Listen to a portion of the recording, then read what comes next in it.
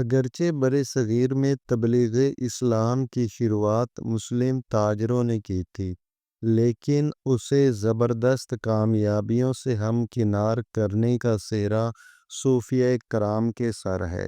عرب، ایران اور افغانستان سے متعدد صوفیہ ہندوستان ہجرت کر کے آئے اور برصغیر میں دین کی اشاعت کا کام جوش و جذبے سے شروع کیا، اور ان کی اس دین کی دعوت پر لاکھوں غیر مسلموں نے اسلام قبول کیا۔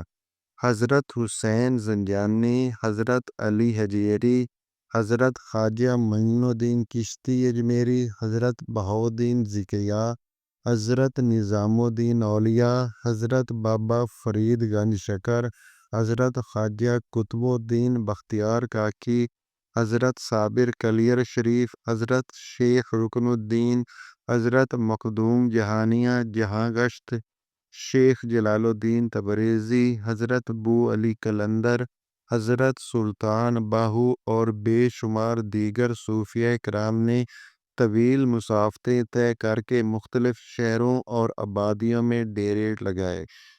ان میں سے ہر ایک نے لاکھوں ہزاروں مقامی باشندوں کو قبول اسلام پر آمادہ کیا۔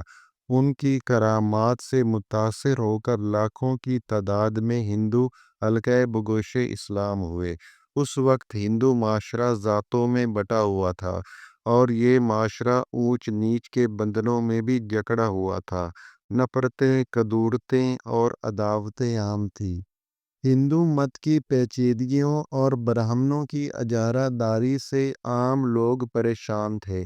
ایسے میں صوفیہ کرام نے سادہ، عام فہم اور قابل عمل دین اسلام کو عوام کے سامنے پیش کیا، تو وہ جوک در جوک اسلام کے حلقے میں شامل ہونے لگے۔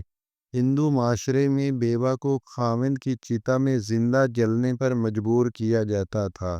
چھوٹی ذات کے لوگوں کو نفرت اور حقارت کی نگاہ سے دیکھا جاتا تھا۔ ایسے میں اسلام کی اعلیٰ قدروں کو صوفیہ کرام نے روشناس کرایا، تو مقامی باشندوں کی بہت بڑی تعداد نے ان کے ہاتھ پر قبول اسلام کیا۔